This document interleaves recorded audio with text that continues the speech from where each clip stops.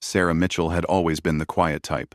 At 28 years old, she worked as a nurse at the local hospital in downtown Seattle, spending her days caring for others and her evenings studying for her master's degree in nursing.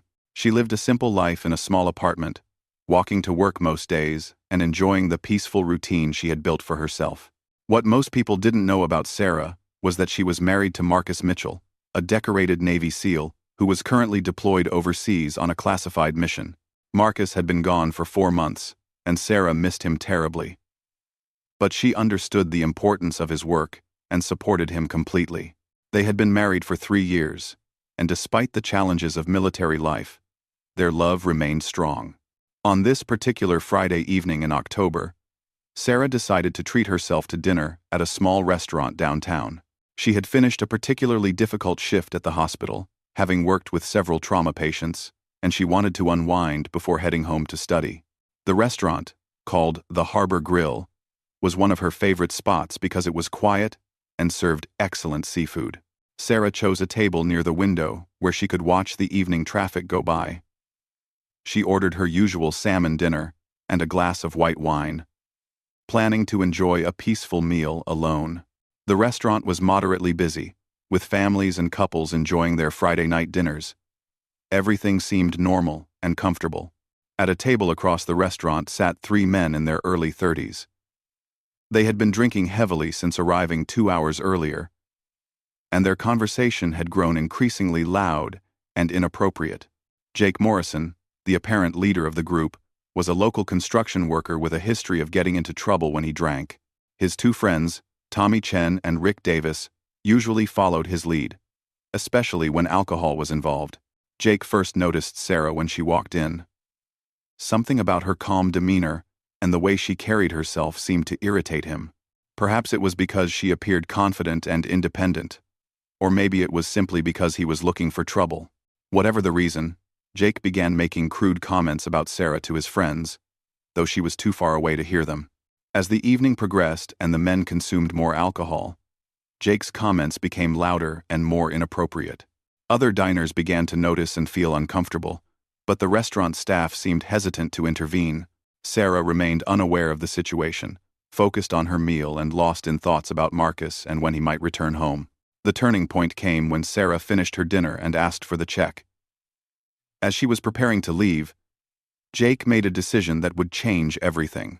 He stood up unsteadily from his table and began walking towards Sarah, his friends following behind him with uncertain expressions. The alcohol had given him false courage, and he was determined to confront the woman who had somehow offended him simply by existing. Jake approached Sarah's table with a swagger that masked his unsteadiness. "Hey there," he said in a slurred voice that was loud enough for half the restaurant to hear. "You look lonely sitting here all by yourself. Why don't you come join us for some real fun?" "Today," Sarah looked up politely but firmly. "Thank you, but I'm fine. I'm actually just leaving." She had dealt with drunk patients at the hospital before and knew how to remain calm in uncomfortable situations. She hoped that a polite but clear rejection would be enough to make him go away. But Jake wasn't satisfied with her response. The rejection, delivered so calmly and confidently, only made him angrier. "Oh, you think you're too good for us?" he said, his voice rising. "Come on. Don't be such a stuck-up princess. We're just trying to be friendly."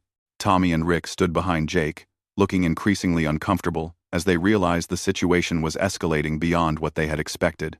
Other diners were now openly staring, and the restaurant manager was making his way across the room. But Jake was too focused on Sarah to notice. "I really need to go," Sarah said, standing up and reaching for her purse. "Please excuse me." She tried to step around Jake, but he moved to block her path. The situation was quickly becoming dangerous, and Sarah could feel her heart rate increasing as her nursing training kicked in, making her acutely aware of the potential for violence. Jake's face darkened with anger and embarrassment.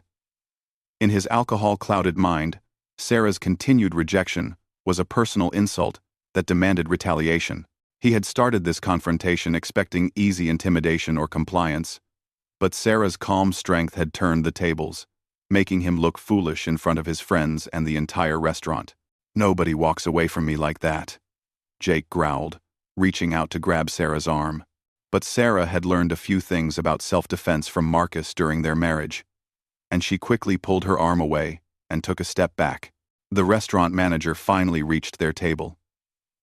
"Sir, I'm going to have to ask you to return to your seat or leave the restaurant," he said firmly, though his voice carried a slight tremor that revealed his nervousness about confronting the obviously intoxicated and increasingly aggressive man. Jake turned his attention to the manager. "Mind your own business, old man. This is between me and the lady." He then turned back to Sarah, his eyes filled with a dangerous mixture of alcohol, anger, and wounded pride that made her realize the situation was about to get much worse. Sarah knew she needed to get out of the restaurant immediately. She could see that Jake was beyond reasoning with, and she didn't want innocent bystanders to get hurt if things escalated further. She also knew that Marcus had taught her never to let someone corner her in a confined space if she could help it. "I'm calling the police," the restaurant manager announced, pulling out his cell phone. This threat seemed to snap Tommy and Rick back to reality, and they began trying to convince Jake to leave with them. "Come on, man. Let's just go," Tommy said, tugging on Jake's sleeve. "This isn't worth it. Let's find another bar." But Jake had passed the point of rational thought. The combination of alcohol, embarrassment, and what he perceived as disrespect had triggered something dark in him. He shook off Tommy's hand and took another step towards Sarah, his intentions becoming increasingly clear and threatening. Sarah realized that the situation had reached a critical point. She could see the violence building in Jake's eyes, and she knew that her options were becoming limited. The restaurant was crowded with innocent families and couples. The manager was elderly and couldn't physically intervene, and Jake's friends seemed unable to control him. What happened next would set in motion a chain of events that would ultimately lead to consequences none of them could have imagined. Sarah's quiet strength and dignity had inadvertently triggered something dangerous in Jake, and his alcohol-fueled aggression was about to cross a line that would change multiple lives forever. The stage was set for a confrontation that would test everything Marcus had taught Sarah about protecting herself, while also setting in motion events that would eventually bring her husband's unique skills into play in ways that Jake and his friends could never have anticipated. The tension in the restaurant reached a breaking point when Jake, frustrated by Sarah's continued resistance and the manager's threat to call police, made a decision that would haunt him for the rest of his life. In a moment of rage fueled by alcohol and wounded pride, he drew back his hand and struck Sarah across the face with a force that sent her stumbling backward into a nearby table. The sound of the impact echoed through the restaurant, followed by a moment of stunned silence. Sarah's hand flew to her cheek, which was already beginning to swell and redden from the blow. She felt a sharp pain shoot through her jaw, and she could taste blood where her teeth had cut the inside of her mouth. The attack had been so sudden and unexpected that she was momentarily disoriented. The entire restaurant erupted in chaos. Women screamed, children began crying, and several male customers jumped to their feet. The manager immediately dialed 911, while other staff members tried to maintain order. Tommy and Rick stood frozen in shock, unable to believe that their friend had actually struck a woman unprovoked. "Jake, what the hell is wrong with you?" Rick shouted, grabbing his friend's arm. "We need to get out of here right now." But Jake seemed to be in a trance-like state, staring at Sarah with a mixture of satisfaction and continued anger. The violence had not satisfied him as he thought it would. Instead, it had only made him want to inflict more pain. "She had it coming," he muttered, his words slurred, but his intent clear. Sarah struggled to regain her composure, using the table she had fallen against to steady herself. Her nursing training had taught her to assess injuries quickly, and she could tell that while painful, the damage was mostly superficial. However, she was also acutely aware that Jake showed no signs of remorse or intention to stop his aggressive behavior. Several customers had pulled out their phones and were recording the incident, while others were calling for help. An off-duty police officer who had been dining with his family approached cautiously, identifying himself and ordering Jake to step away from Sarah. But Jake was beyond listening to authority figures at this point. "Get away from me," Jake snarled at the officer, his fists still clenched. "This is none of your business." He took another step toward Sarah, who was now backed against the wall with nowhere to retreat. The situation was spiraling completely out of control. Sarah knew she had to act. Marcus had taught her that when cornered, sometimes the best defense was a swift counterattack. As Jake raised his hand again, she ducked under his swing and drove her knee upward, connecting with his groin. Jake doubled over in pain, giving Sarah the opportunity to break free from the corner. The off-duty officer immediately moved in to restrain Jake, but Tommy and Rick, realizing that their friend was about to be arrested and that they could be charged as accomplices, decided to help him fight his way out of the restaurant. What started as a simple assault was now becoming a full-scale brawl. Tables were overturned as the three men fought with the off-duty officer and several other customers who had stepped in to help. The restaurant manager was shouting into his phone, giving a play-by-play to the 911 dispatcher and begging for immediate police response. Sarah found herself pressed against the wall, watching in horror as the violence she had tried to avoid engulfed the entire establishment. During the chaos, Jake broke free from the struggling group and, in a final act of rage and desperation, grabbed a heavy glass ashtray from a nearby table. He turned toward Sarah with obvious intent to cause serious harm. "You're going to pay for this," he screamed, raising the makeshift weapon above his head. Fortunately, the off-duty officer tackled Jake before he could strike Sarah again, and the ashtray shattered harmlessly on the floor. But the intent had been clear to everyone present, and the incident was now being recorded by multiple witnesses. Jake's actions had crossed from simple assault into attempted assault with a deadly weapon. Police sirens could be heard approaching in the distance. But Jake and his friends managed to break free during the confusion and run from the restaurant. They fled into the night, leaving behind a scene of overturned furniture, broken glass, and traumatized diners. The off-duty officer immediately radioed in a description of the suspects to the responding units. Sarah was helped to a chair by several concerned customers, and the restaurant manager brought her ice for her swollen face. A woman who identified herself as a nurse from another hospital examined Sarah's injuries and confirmed that while painful, they were not life-threatening. However, everyone insisted that she should go to the emergency room for a proper medical evaluation. When the police arrived, they immediately began interviewing witnesses and collecting evidence. The incident had been captured on multiple phones, and the restaurant's security cameras had recorded everything. The evidence against Jake and his friends was overwhelming and undeniable. Sarah gave her statement to the police, providing them with a detailed account of what had happened. She was calm and professional, drawing on her medical training to provide clear, factual information. The officers were impressed by her composure and the thoroughness of her account. The investigation revealed that Jake Morrison had a history of violent behavior, particularly when he had been drinking. He had been arrested twice before for bar fights and once for domestic violence, though charges in that case had been dropped when his girlfriend refused to testify. Tommy and Rick had minor criminal records as well, mostly for drunk and disorderly conduct. Within 2 hours, all three men were located and arrested at Tommy's apartment, where they had gone to hide.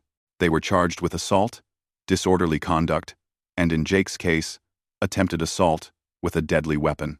The evidence was so strong that their lawyer advised them to prepare for the likelihood of conviction and prison time. News of the incident spread quickly through the local community and social media. The restaurant's security footage was leaked online, and the video of a man brutally attacking an innocent woman went viral within days. Jake's face became recognizable throughout the city, and he was subjected to widespread public condemnation. Sarah tried to return to her normal routine, but the incident had affected her more deeply than she initially realized. She found herself looking over her shoulder constantly and had difficulty sleeping. The bruises on her face served as a constant reminder of the attack, and she struggled with feelings of vulnerability and anger. Most difficult for Sarah was the fact that Marcus was still deployed and unreachable. She had managed to send him a brief message through military channels, letting him know that she was safe but that something had happened. However, She couldn't provide details or communicate with him directly due to the classified nature of his mission. Marcus received the message 3 days after the incident, while his team was preparing for a critical operation in a remote location. The message was brief and vague, but something about it filled him with dread. He immediately tried to find out more information, but communication protocols prevented him from making contact with Sarah or anyone else back home. The not knowing was torture for Marcus. His wife's message had mentioned that she was safe, but also that something had happened. His imagination ran wild with possibilities, each one worse than the last. His team members noticed that he was distracted and on edge, which was completely out of character for the normally focused and professional soldier. Meanwhile, Jake and his friends were released on bail, pending trial. Despite the serious nature of the charges, Jake's family managed to post the required bond amount. His release caused considerable controversy in the community, with many people feeling that he should remain in jail given the severity of the assault and his previous record. Upon his release, Jake found that his life had been completely destroyed by his actions that night. He had been fired from his construction job after the incident went viral online. His longtime girlfriend had broken up with him and moved out of their shared apartment. His family was ashamed and angry, and most of his friends wanted nothing to do with him. Rather than reflecting on his actions and feeling remorse, Jake became increasingly angry and resentful. In his mind, Sarah was responsible for ruining his life by refusing to accept his attention gracefully. He blamed her for the assault, the arrests, the public humiliation, and the loss of his job and relationship. This misplaced anger would prove to be Jake's final and most dangerous mistake. Instead of laying low and hoping the incident would blow over, he began making threats against Sarah. He found out where she worked and lived, and began making anonymous phone calls and sending threatening messages through social media. Sarah reported the harassment to police, but Jake was careful to use untraceable methods and never directly threatened violence in a way that could be proven in court. The police increased patrols around her apartment and the hospital, but there was little else they could do without concrete evidence of direct threats. Unknown to Jake, his continued harassment of Marcus Mitchell's wife was about to bring him face to face with someone whose skills and resources far exceeded anything he could imagine. Marcus's unit had completed their mission and was preparing to return to the United States, and he had finally received full details about what had happened to Sarah. The Navy SEAL who had dedicated his life to protecting innocent people around the world was about to discover that the person he loved most had been attacked while he was away serving his country. The rage and protective instincts that Marcus had learned to control and channel in combat situations were about to be directed at 3 men who had made the mistake of hurting the wrong person's wife. Marcus Mitchell's return to American soil after 6 months of deployment should have been a joyful reunion with his wife. Instead, it became the beginning of a carefully planned mission that would demonstrate why attacking a Navy SEAL's family was one of the most dangerous mistakes anyone could make.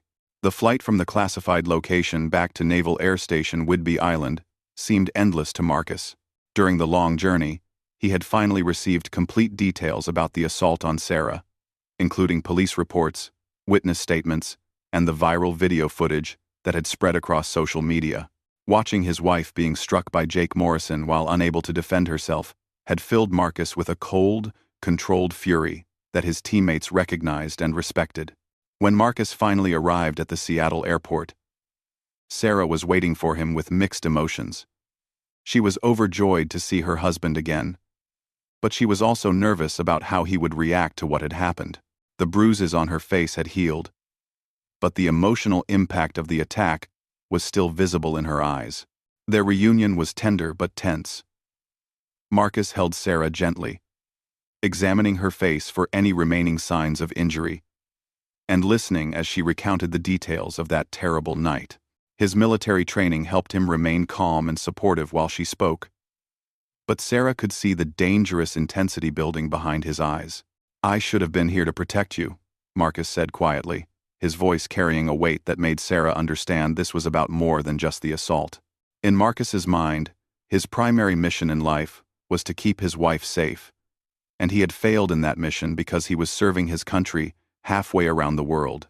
You couldn't have known this would happen, Sarah replied, trying to comfort him. Besides, the police handled it. Jake and his friends are going to prison. It's over. But Marcus had already learned from his contacts in local law enforcement that it wasn't over. Jake Morrison had been making threatening phone calls and sending anonymous messages to Sarah for weeks. The harassment had continued even after his arrest, suggesting that he had learned nothing from the consequences of his actions and posed an ongoing threat to Sarah's safety. That evening, while Sarah slept, Marcus began conducting reconnaissance on Jake Morrison and his associates. Using skills learned through years of special operations training, Marcus gathered intelligence about their daily routines, hangout locations, financial situations, and personal relationships. He was methodical and patient, treating this like any other mission, where precise planning meant the difference between success and failure.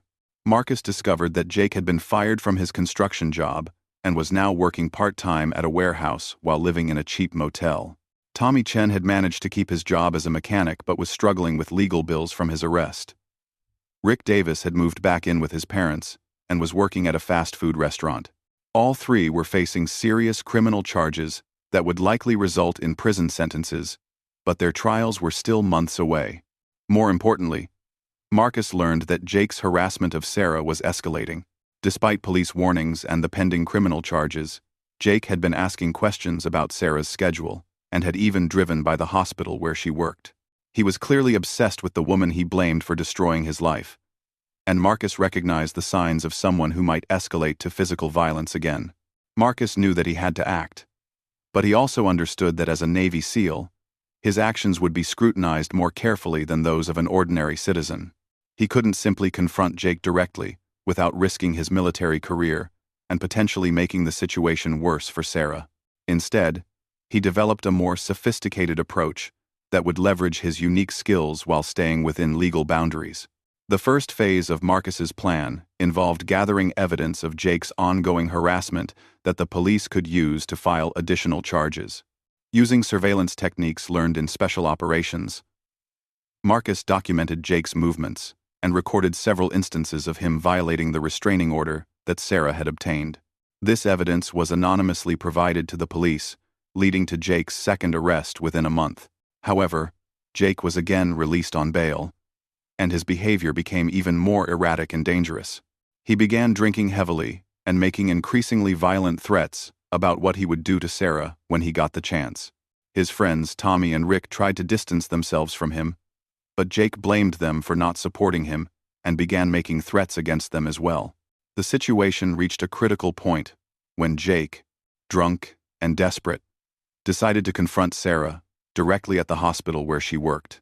He had been planning this for weeks, waiting for the right opportunity when security would be minimal and Sarah would be vulnerable. He didn't know that Marcus had anticipated this possibility and had been watching the hospital every day. On a Tuesday evening in late November, Jake parked his beat-up truck in the hospital parking garage and waited for Sarah's shift to end. He had been drinking since early afternoon and had worked himself into a state of rage, convinced that physically confronting Sarah was the only way to regain control of his life and make her pay for the humiliation he had suffered. Marcus had been conducting counter-surveillance around the hospital for 3 weeks, and he spotted Jake's truck immediately. Rather than confronting Jake directly, Marcus called the police and then positioned himself where he could intervene if Jake posed an immediate threat to Sarah or anyone else in the hospital. When Sarah emerged from the hospital at the end of her shift, Jake approached her in the dimly lit parking garage. "Remember me?" he said, his voice slurred but his intent clear. "You ruined my life, and now it's time for you to pay for what you did." Sarah immediately recognized Jake, despite his deteriorated appearance. She had been dreading this moment for weeks, knowing that the restraining order was just a piece of paper that couldn't physically protect her if Jake decided to attack again. She reached for her phone to call for help, but Jake knocked it from her hand. "We're going to finish what we started at that restaurant," Jake said, advancing toward Sarah with obvious malicious intent. "And this time, there's nobody around to stop me." But Jake was wrong. Marcus had been watching from a concealed position, and he moved with the silent precision that made Navy SEALs legendary. Before Jake realized what was happening, Marcus emerged from behind a parked car and placed himself between Jake and Sarah. "You need to leave. Now," Marcus said in a calm voice that carried unmistakable authority. His military bearing and obvious physical capabilities were immediately apparent to Jake, who suddenly found himself facing someone far different from the innocent woman he had been planning to attack. Jake, drunk and belligerent, made the fatal mistake of challenging Marcus. "Who the hell are you supposed to be? Get out of my way, or I'll go through you to get to her." "I'm her husband," Marcus replied simply. "And you're going to turn around and walk away, or you're going to discover why attacking a Navy SEAL's wife was the biggest mistake of your life." The revelation that he was facing a trained military operator should have sobered Jake immediately. But alcohol and months of anger had clouded his judgment beyond recovery. Instead of retreating, he pulled a knife from his jacket and threatened both Marcus and Sarah. "I don't care if you're a SEAL or Superman," Jake snarled. "I came here to finish this, and that's exactly what I'm going to do." The moment Jake brandished the weapon, the situation transformed from a confrontation into a combat scenario.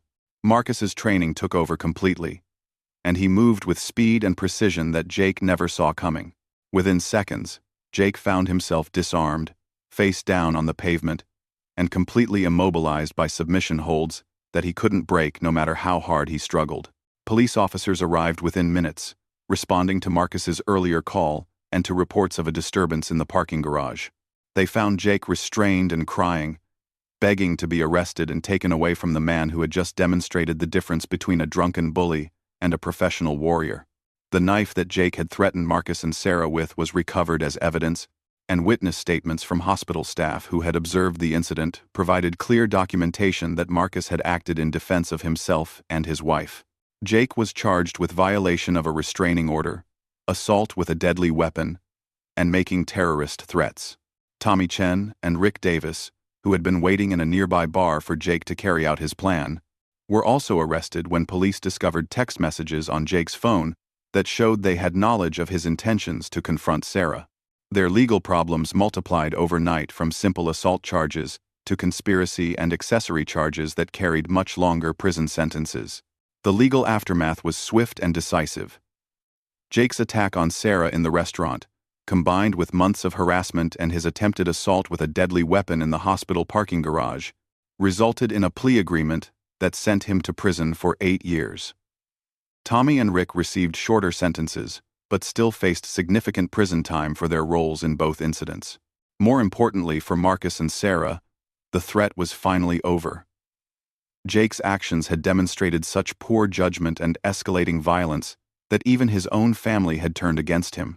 His mother publicly apologized to Sarah and expressed shame that she had raised someone capable of such behavior. The incident had several lasting consequences beyond the criminal prosecutions.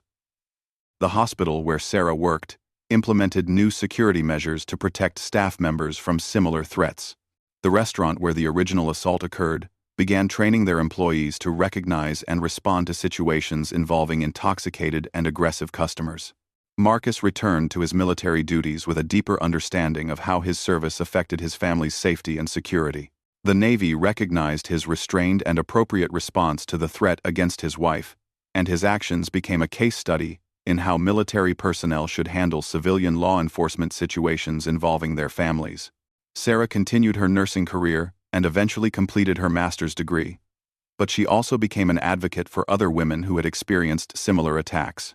She worked with local police departments to develop better protocols for handling domestic violence and harassment cases, particularly those involving repeat offenders like Jake Morrison.